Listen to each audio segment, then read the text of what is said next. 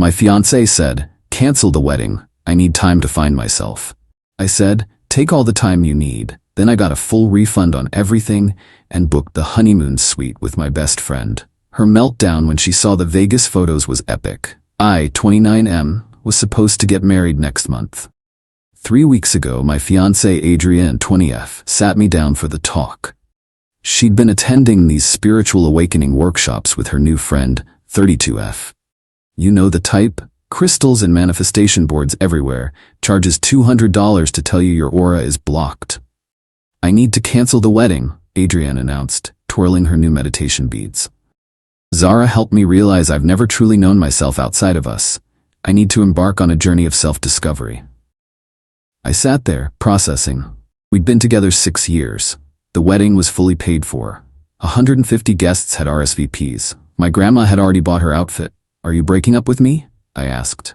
No, I just need space, time, to find my authentic self. The wedding can wait. You'll wait for me, right? If you truly love me? Here's the thing. I'm a logistics coordinator. My whole job is managing timelines and contracts. So while she was talking about her spiritual journey, I was mentally calculating cancellation policies. "How long do you need?" I asked calmly. She looked relieved that I wasn't freaking out. "I don't know. Maybe 6 months? A year? Zara says you can't put a timeline on enlightenment." "Okay, take all the time you need." She actually hugged me, tears in her eyes. "I knew you'd understand. You're so amazing. I'll be staying at my mom's place for now, but we're still engaged, okay? Just on pause." The second she left, I got to work. The venue, full refund. We were within their 30-day cancellation window by 2 days. The caterer, 90% refund because my cousin owns the company. The photographer, full refund because she understood completely. Apparently this happens more than you'd think. The florist, store credit, but whatever. The honeymoon package, this was the best part. It was non-refundable but changeable, so I changed it. Instead of a couple's romantic package, I switched it to a Vegas adventure package. Same suite, different amenities. Then I called my best friend Jerome, 29M. "Yo, wanna go to Vegas next month? Free trip." Hell yeah. I spent the next week calmly canceling everything, getting back roughly $18,000 of the $22,000 we'd spent. Well, I'd spent. Adrienne had contributed spiritual and emotional labor to the planning, according to her. Update 1. So Adrienne found out I'd canceled everything. Apparently, her mom called the venue to ask about moving the centerpieces to different tables, and they informed her there was no wedding to move centerpieces for. My phone exploded. 67 missed calls, 200 plus texts. The highlights. "How could you do this?" I said, "Postpone, not cancel. This is so manipulative. You're trying to punish me for growing as a person." Zara says this is emotional blackmail. I responded once, "You said you needed time to find yourself. I'm giving you that time without the pressure of a pending wedding. You're welcome." Then I muted her. But here's where it gets wild. Her mom, Deb, showed up at my apartment with Zara in tow. First time meeting the infamous Zara. She looked exactly like you'd expect. Flowy pants, 17 bracelets, smell of incense that hit you from 10 feet away. "You need to reinstate those vendors immediately," Deb demanded. "Why?" "There's no wedding." "There will be when Adrienne finishes her journey." "When's that?" "When she's ready." Zara stepped forward, doing some weird thing with her hands like she was feeling my energy. "Your chakras are very blocked. This anger you're harboring." "I'm not angry. I'm going to Vegas." "Vegas?" Deb screeched. "With the honeymoon money?" "My money, actually. And it's not a honeymoon anymore, just a trip." Zara gasped. "The spiritual damage you're causing." "Lady, the only spirit I'm worried about is the open bar at the MGM Grand. They left after Deb threatened to sue me for something. She wasn't clear on what." Update 2. Jerome and I are having the time of our lives. We upgraded everything with the money I got back. Penthouse suite at AITA, backstage passes to 3 shows, a helicopter tour of the Grand Canyon. I posted a few photos on Instagram, nothing petty, just normal vacation stuff. Jerome and I at a Gordon Ramsay restaurant. Us at a Cirque du Soleil show. The view from our suite. Adrienne lost it. She broke her digital detox for spiritual clarity to comment on every single photo. "This is disgusting. You're being so cruel. That was supposed to be our trip." Jerome knows what he's doing is wrong. Jerome liked this comment ironically. My therapist will hear about this. The best part? Her friend Zara commented too. The universe will remember this betrayal of sacred feminine trust. Jerome replied, Ma'am, this is a Wendy's. But then Adrienne made a tactical error. She posted her own story. When you realize your ex-fiancé is a narcissist who can't handle a strong woman finding her power. Currently accepting donations for my healing retreat since he stole our wedding money. Yeah, she started a freaking online fundraiser. 3 problems with that. 1. I had receipts. All the receipts, showing I paid for everything. 2. We weren't broken up according to her, so why call me an ex? 3. My sister is a lawyer and loves petty drama. Update 3. My sister Camille sent Adrienne a cease and desist letter about the fundraiser, citing defamation and fraud. Adrienne had raised $850 from sympathetic friends and her mom's book club before having to shut it down and return the money. But the real chaos started when I got home. Remember how Adrienne was staying at her mom's finding herself? Well, apparently she found herself wanting to move back into our apartment. Sorry, my apartment, only my name on the lease. She showed up with a U-Haul, a full U-Haul. For someone who wasn't moving back, she sure had a lot of stuff. We need to talk, she said, standing there while 2 guys she'd hired waited with her furniture. About what? About us. I've done a lot of thinking. Cool, think some more. Elsewhere. You can't just lock me out. I live here. You literally moved out 3 weeks ago to find yourself. Did you find yourself at your mom's house? I found out that you're a vindictive asshole. Weird. Zara said my chakras suggested I was emotionally constipated, not vindictive. She tried to push past me. I just held up my phone, already recording. Adrienne, you're not a tenant here. You voluntarily moved out. This is harassment. The U-Haul guys looked uncomfortable. One of them spoke up. Lady, we can't unload if he doesn't consent. That's breaking and entering. She turned on them. I paid you to move stuff, not commit crimes. They left. She stayed for another hour, alternating between crying, yelling, and trying to manifest the door opening. I just put on headphones and played video games near the window where she could see me. Update 4. Adrienne went nuclear. First, she tried to get my mom involved. Bold strategy, considering my mom never liked her. Mom's response? He seems to be handling this very maturely. You should try it. Then she contacted my employer, telling them I was emotionally unstable and shouldn't be trusted with important contracts. My boss called me in, concerned. I showed him the texts, the finding herself message, the Vegas pics, everything. He ended up giving me an extra day off for dealing with this crap so professionally. But the masterpiece was when she organized an intervention. I got a text from Jerome. Dude, don't come home yet. Your ex is here with like 10 people. I drove by, and sure enough, there were cars everywhere. Adrienne had somehow gotten into the building, probably tailgated someone, and was standing outside my door with her mom, Zara, her sister Bethany, 3 mutual friends, and randomly, her hairdresser. I called building security. They arrived right as Adrienne was trying to explain to my neighbor Mrs. Patterson that I was having a mental health crisis. Mrs. Patterson, 82 years old and sharp as a tack. Honey, the only crisis I see is your outfit. Pajamas in public? At your age? Security made them all leave. Adrienne tried to claim she lived there. Security asked for proof. She said her proof was her spiritual connection to the space. They were not impressed. Update 5. Plot twist nobody saw coming, especially not Adrienne. Remember Zara, the spiritual guru? Turns out she's been playing a longer game than anyone realized. Adrienne's mom called me, actually crying. Apparently, Zara had convinced Adrienne to invest in her new wellness center, using the money Adrienne had been saving for our wedding that she told me she didn't have, which is why I paid for everything. How much?